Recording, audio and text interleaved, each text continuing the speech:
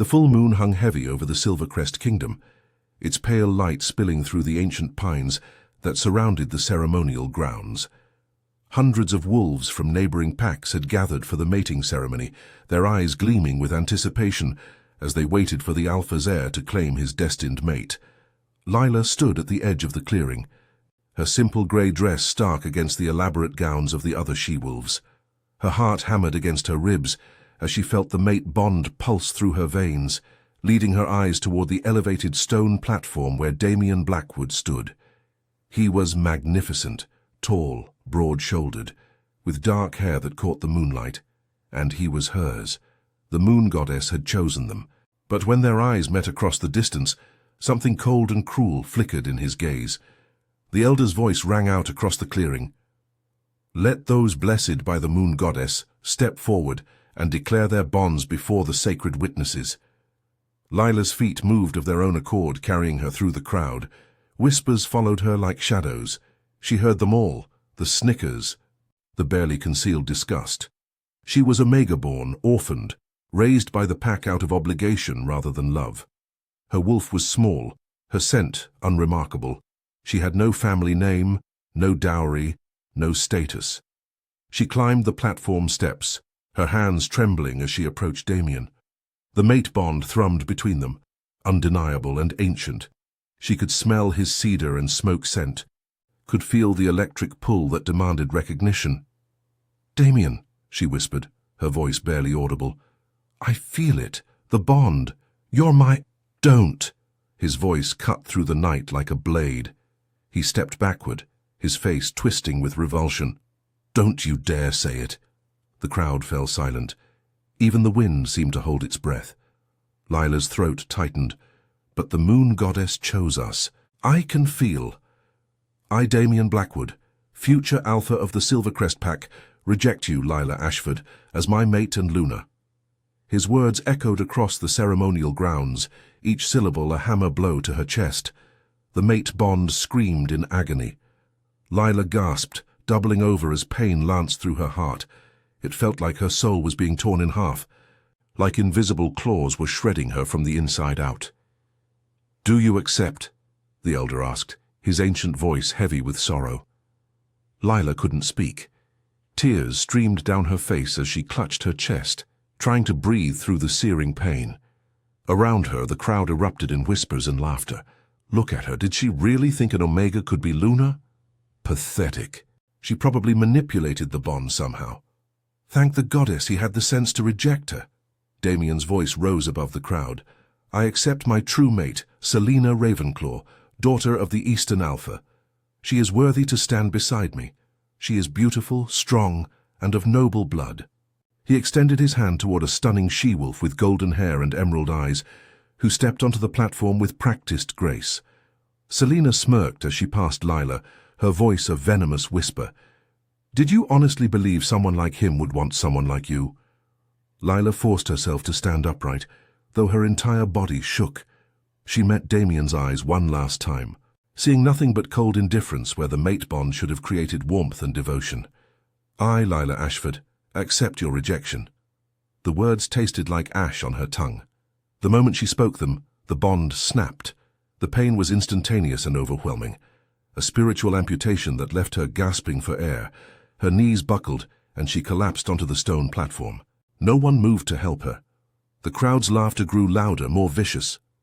"Get her off the platform," Damian commanded, not even looking at her as he drew Selena into his arms. "She's ruining the ceremony."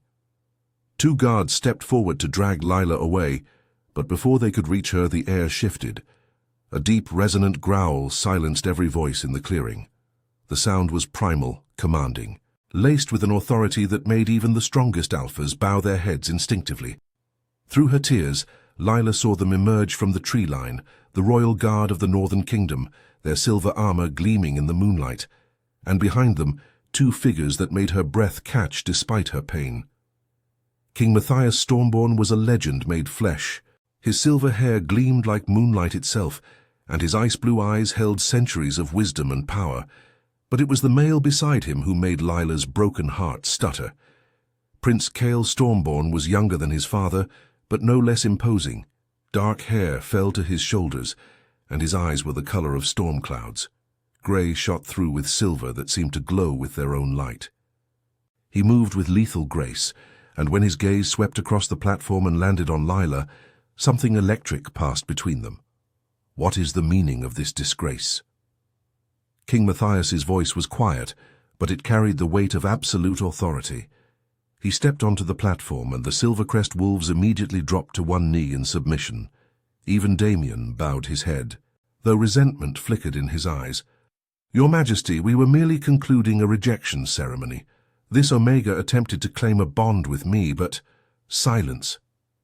The single word from Prince Kael was sharp enough to draw blood. He moved past the kneeling wolves without acknowledging them, his attention fixed entirely on Lila.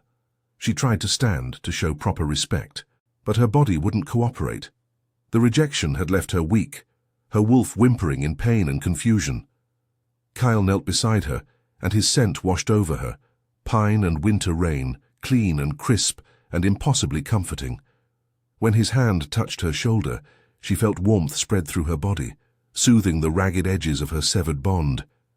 "Can you stand?" His voice was gentler now, meant only for her. Lila nodded, not trusting her voice. With his support, she managed to get to her feet, though she swayed slightly. His arm moved to steady her waist, and she heard sharp intakes of breath from the crowd. King Matthias studied her with those ancient eyes, and Lila felt as though he could see straight through to her soul. Then his gaze shifted to Damien, and his expression hardened. "You rejected your true mate." It wasn't a question. Damien lifted his chin defiantly. "She is not worthy to be Luna of Silvercrest. I chose a mate more suited to—" "You rejected a gift from the moon goddess herself." Kael's voice was deadly quiet. "Do you understand what you've done?" "I've secured the future of my pack," Damien shot back. "An Omega cannot lead—" "An Omega blessed by the goddess can do anything." King Matthias cut him off. "You've shown yourself unworthy of her gift, and you will face consequences for this insult to the sacred bonds."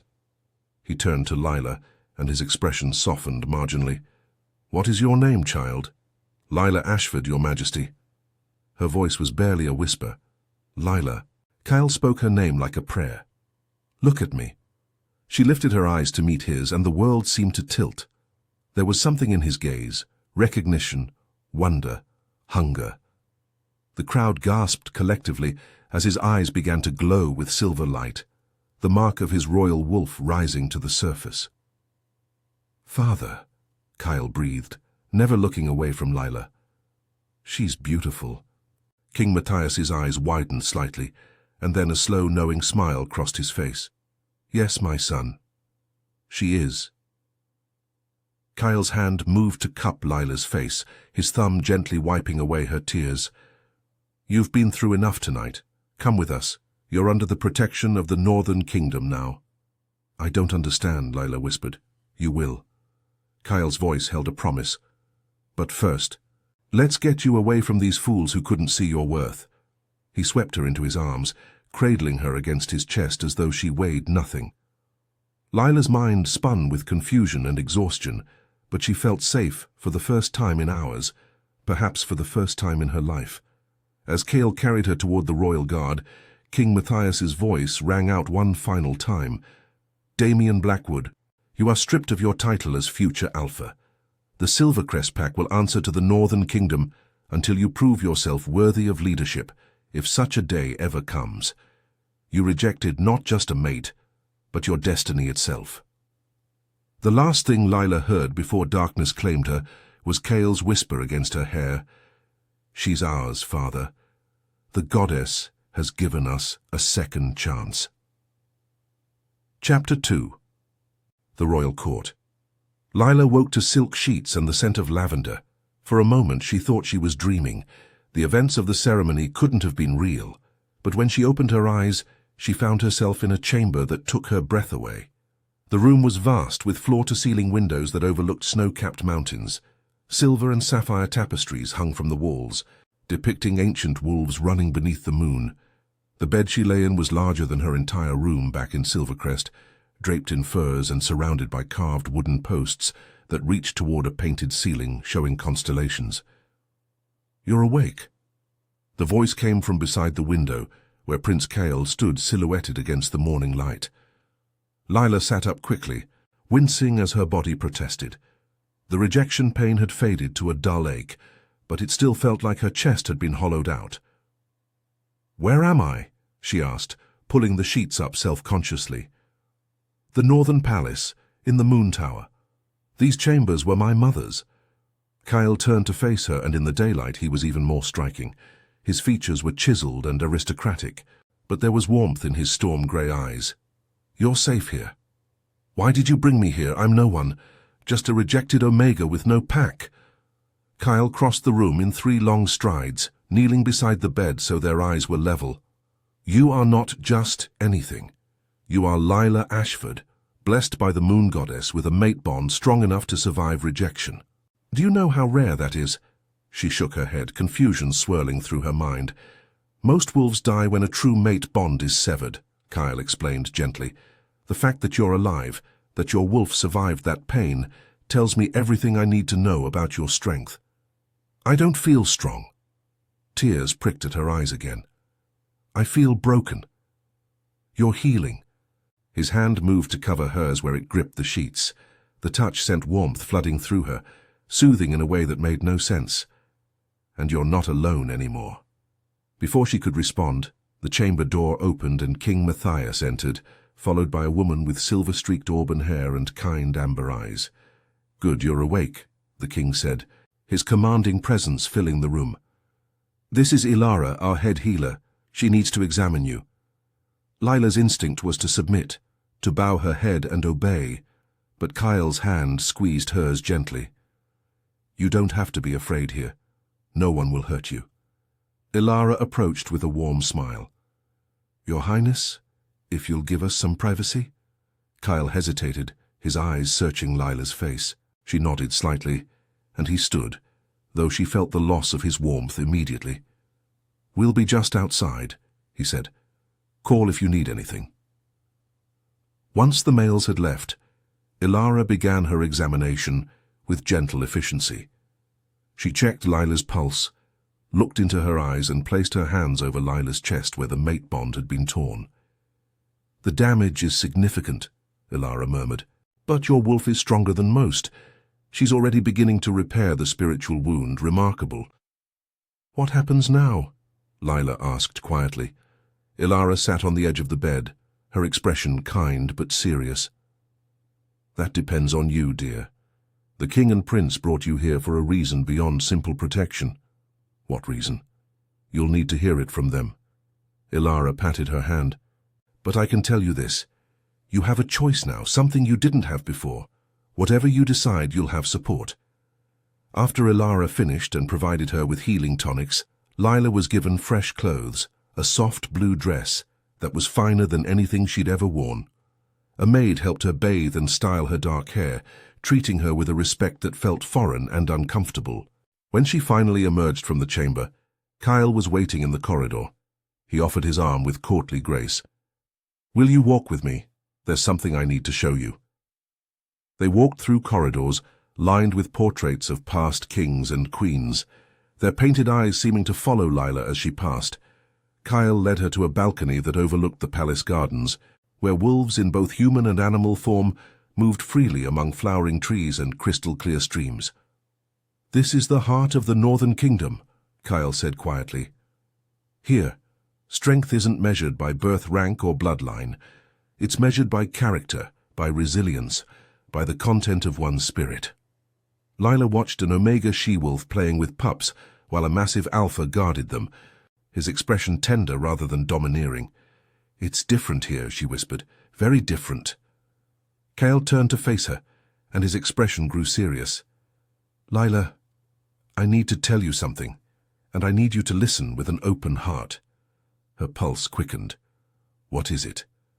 "When I saw you on that platform last night, broken and in pain, I felt something I haven't felt in years. My wolf recognized you instantly." He took a deep breath. "My mother died 5 years ago. She was my father's true mate, and when she passed, it nearly killed him. We didn't think either of us would ever find that kind of bond again." "I don't understand." The moon goddess sometimes grants second-chance mates, Kyle continued, his voice rough with emotion. When a bond is rejected or a mate dies, she may weave new threads of destiny. What I felt when I looked at you, what my wolf is screaming at me right now, is that you are my second-chance mate. Lila's breath caught. That's impossible. I just lost. I know. And I'm not asking you to accept a new bond immediately. You need time to heal, to grieve, to remember who you are beyond what that fool Damien made you believe. Kale's hand lifted, hesitating just inches from her face. But I want you to stay here. I want you to give yourself a chance to see your own worth, to build yourself back up. And when you're ready, if you're ever ready, I want the opportunity to show you what a true mate bond should feel like. Tears spilled down Lila's cheeks, but these were different from the tears of rejection. These carried hope, fragile and tentative. Why me? She whispered. I'm nothing special. You're everything, Kyle interrupted fiercely. I saw your strength last night when you stood tall after that rejection. I saw your dignity when you accepted his cruelty with grace. I saw your survival instinct, your unbreakable spirit. That is what makes you special, Lila. Not your rank, not your bloodline, you... His words washed over her like a healing balm, soothing wounds she hadn't known existed until they started to close. I'm scared, she admitted. So am I. His honesty surprised her. I'm scared of pushing you too fast, of hurting you when you've already been hurt so much.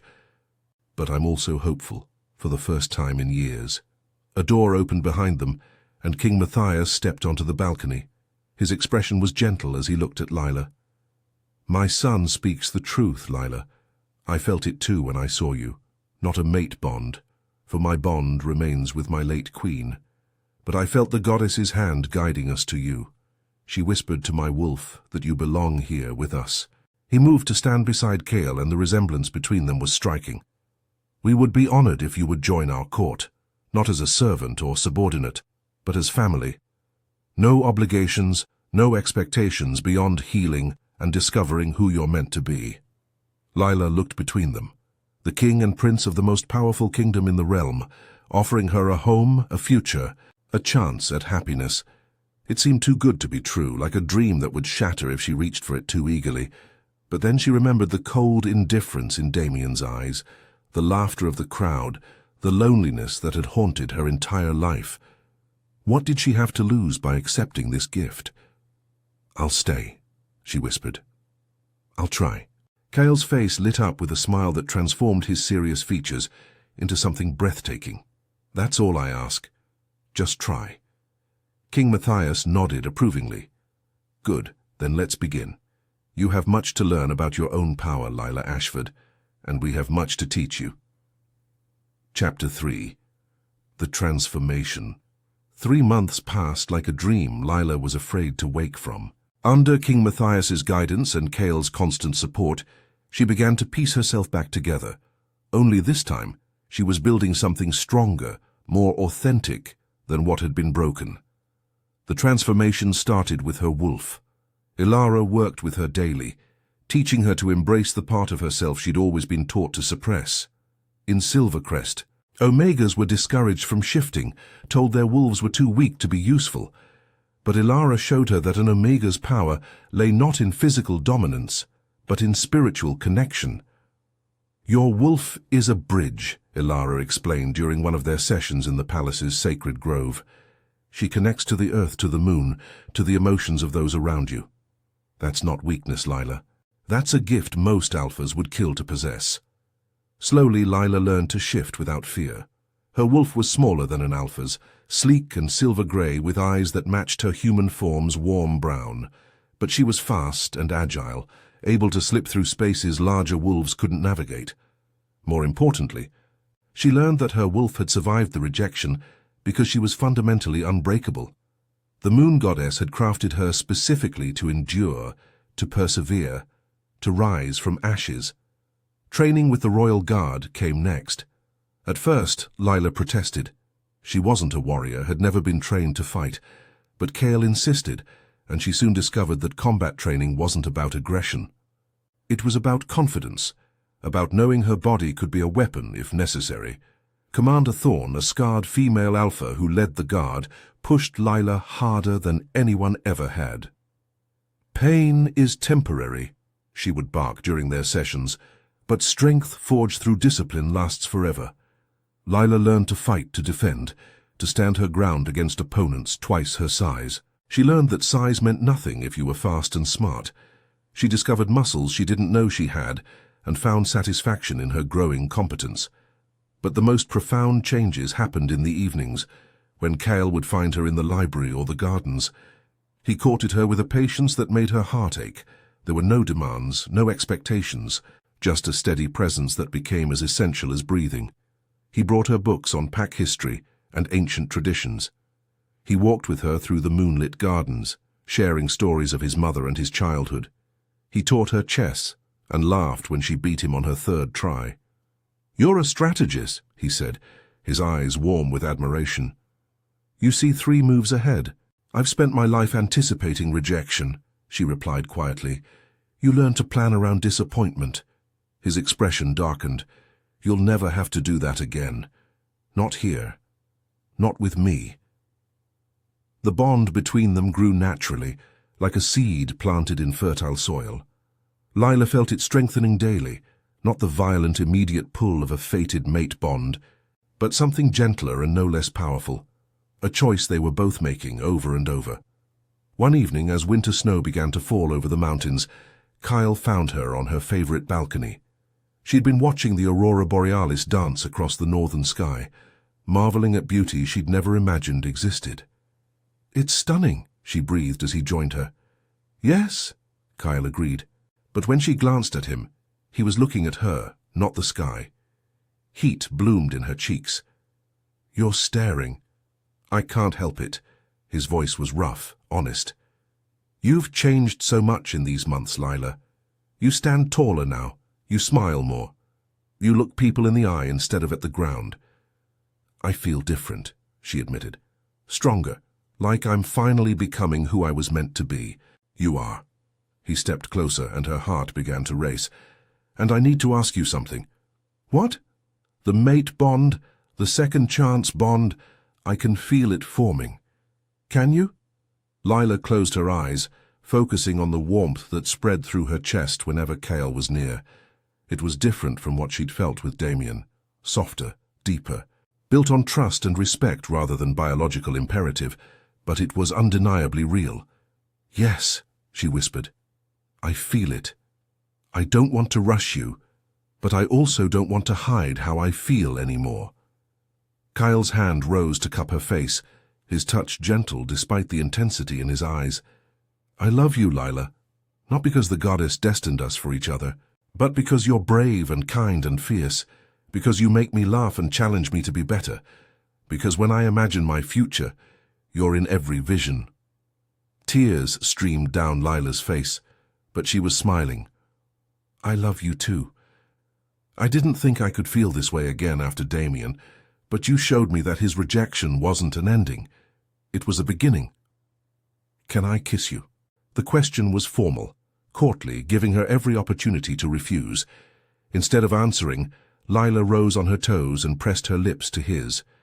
The kiss was soft at first, tentative, like they were both afraid to break the spell. But then Cale's arms wrapped around her waist, pulling her closer, and the kiss deepened into something that made her forget the cold, forget the past, forget everything except the feeling of finally being chosen, truly and completely. When they finally broke apart, both breathing heavily, Cale pressed his forehead to hers. "I want to do this properly, with ceremony, with witnesses, with the moon goddess's blessing." "A mating ceremony?" Lila's heart stuttered. "Only if you're ready. Only if you want it." His eyes searched hers. "I'll wait forever if that's what you need." Lila thought about the girl she'd been 3 months ago, broken, rejected, believing herself worthless. That girl was gone, replaced by a woman who knew her own strength, who had been shown what true love and respect looked like. "I'm ready," she said firmly. "I want to be yours, Cale, not because fate demands it, but because I choose you." His smile was brilliant. "Then let's tell my father. He's going to be insufferably smug about being right." Lila laughed, the sound free and genuine. About what? He told me the night we found you that you were the goddess's gift to our family, that you would heal us the same way we helped heal you. Kyle kissed her forehead tenderly. As always, he was right. They found King Matthias in his study, poring over territorial maps. When they entered together, Kale's arm around Leela's waist, the king looked up and smiled knowingly. "Let me guess," he said, setting down his quill. "You've come to ask my blessing for a mating ceremony." "How did you—" Leela started. "I'm old, not blind." Matthias stood, moving around the desk to face them. "I've watched the bond forming between you for months. I've seen my son happier than he's been in years, and I've seen you, Leela, transform from a frightened girl into a confident woman who will make a magnificent Luna." "Luna?" Leela breathed. "But I'm an Omega. You're a wolf blessed by the moon goddess and chosen by my son, which makes you Luna of the Northern Kingdom." King Matthias's voice was firm. "Your rank at birth means nothing compared to your character and strength. The Pax will respect you because you've earned respect." Kyle pulled her closer. "Will you give us your blessing, Father?" "You have it, with my whole heart." The king's eyes glistened with emotion. "Your mother would have loved her, Kyle. She would have seen in Leela the same strength that I see, the strength to love without fear, to lead with compassion, to stand tall no matter what storms come." That night, as Leela lay in Kale's arms for the first time, feeling safe and cherished and wholly loved, she sent a silent prayer of thanks to the moon goddess. Damien's rejection had felt like the end of her world, but it had really been the beginning of something far more beautiful than she'd ever dreamed possible. Chapter 4. The Revelation. The mating ceremony was set for the next full moon, giving the kingdom time to prepare for a celebration that would announce Leela as their future Luna. Word spread quickly through the realm, and with it came whispers, speculation, and, from Silvercrest, outrage. Damien Blackwood arrived at the Northern Palace a week before the ceremony, demanding an audience with King Matthias. Leela learned of his presence from a flustered servant and felt her hard-won peace shatter.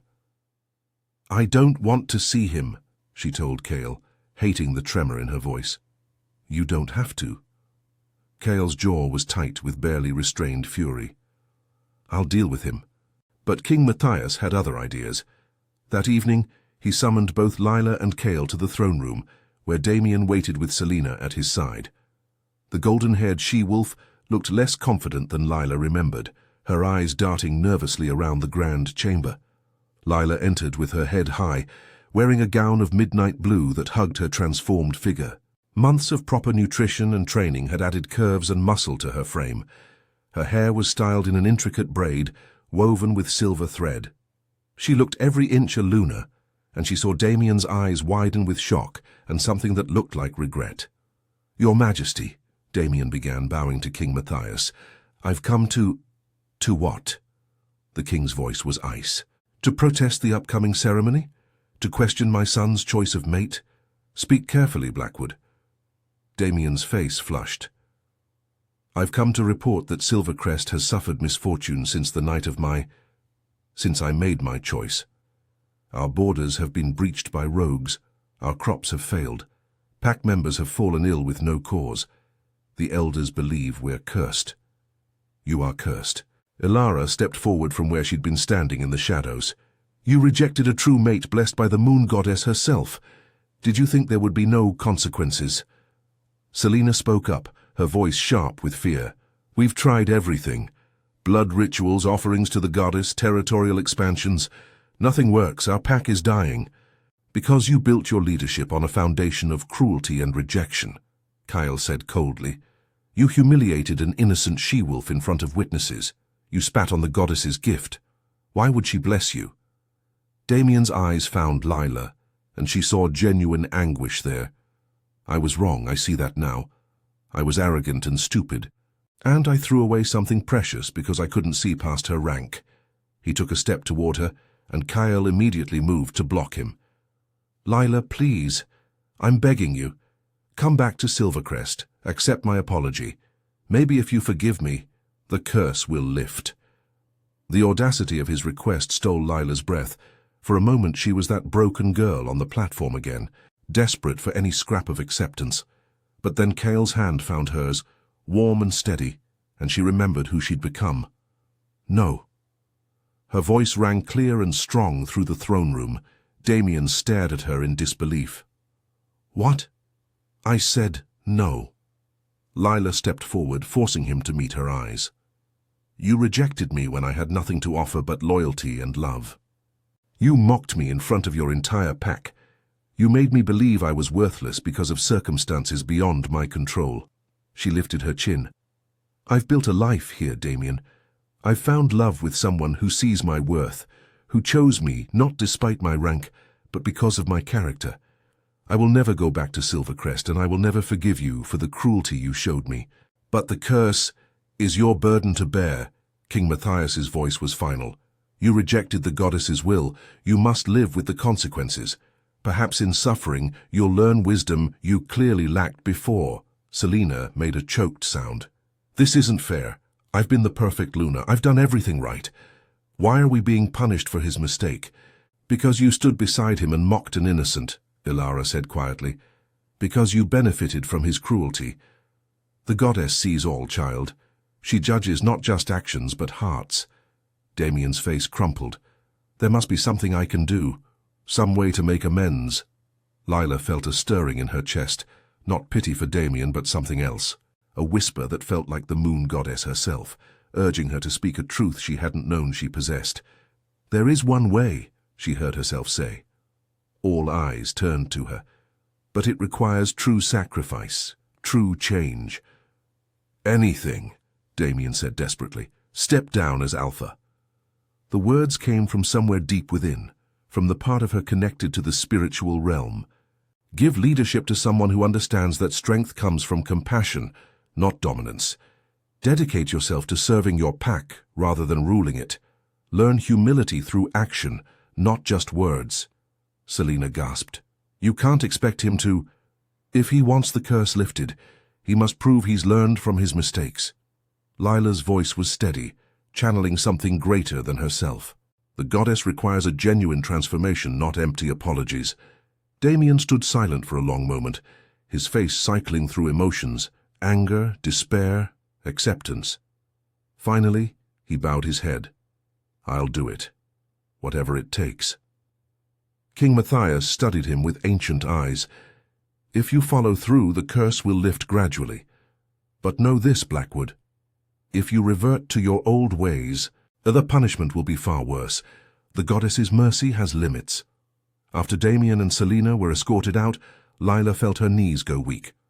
Kyle caught her immediately, supporting her weight. Where did that come from? He asked, wonder in his voice. I don't know, Lila admitted. It was like the goddess was speaking through me. Ilara approached with a knowing smile. That's because she was. You're developing your spiritual gifts, Lila. Omega wolves are the goddess's chosen messengers. She speaks through you because your heart is pure. King Matthias nodded approvingly. You showed mercy when you could have demanded vengeance. That is the mark of a true Luna, someone who leads with wisdom and compassion even toward those who've wronged her. Lila leaned into Cale's embrace, feeling both drained and exhilarated. I didn't do it for him. I did it because holding on to hatred would only poison me. I know. Kyle kissed the top of her head. That's why I love you. The ceremony took place 3 nights later, under a full moon that seemed to shine brighter than usual. The entire Northern Kingdom gathered, along with representatives from neighboring packs who'd come to witness the union. Lila wore a gown of silver silk that seemed to glow in the moonlight, her hair loose and flowing. As she walked through the crowd toward the ceremonial platform, the same type of platform where she'd been rejected, she felt no fear, only joy. Kyle waited for her, magnificent in formal robes of deepest black embroidered with silver wolves. When their eyes met, she saw her future reflected there, a future filled with love, partnership, and purpose. The ceremony was ancient and sacred. King Matthias presided, his voice carrying the weight of centuries of tradition. We gather under the moon goddess's light to witness the joining of 2 souls, 2 wolves, 2 destinies. Lila and Kale faced each other, hands joined as the ceremonial words were spoken. When it came time for them to declare their bond, Kale spoke first.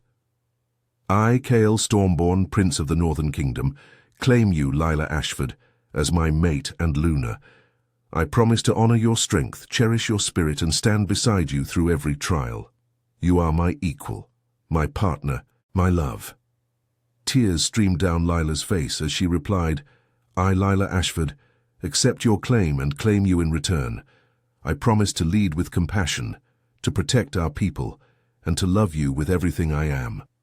You showed me my worth when I'd forgotten it existed, and I will spend my life showing you that your faith in me was not misplaced. As their words faded, the mate bond snapped into place, not violently like before, but like coming home.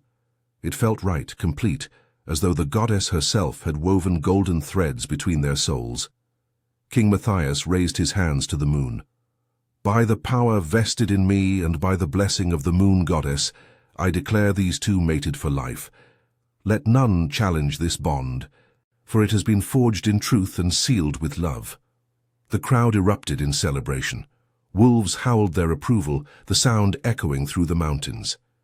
Kyle pulled Lila into his arms and kissed her as the northern lights danced overhead, painting the sky in brilliant colors.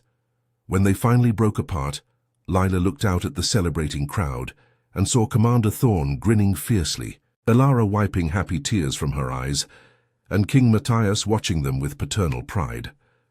She also saw, standing at the very edge of the gathering, a figure in a hooded cloak.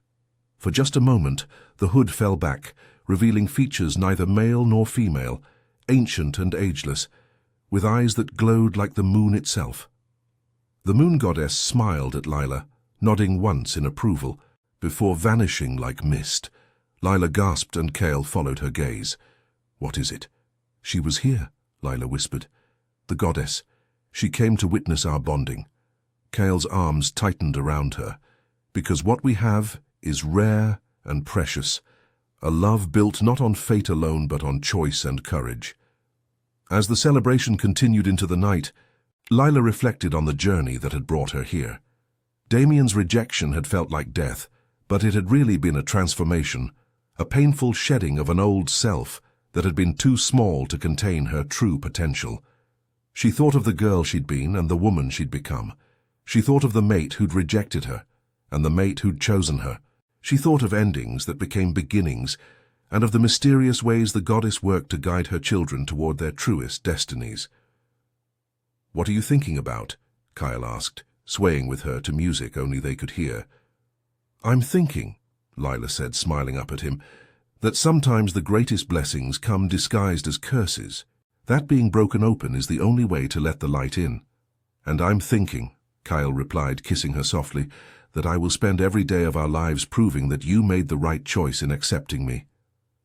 You already have, Lila whispered against his lips.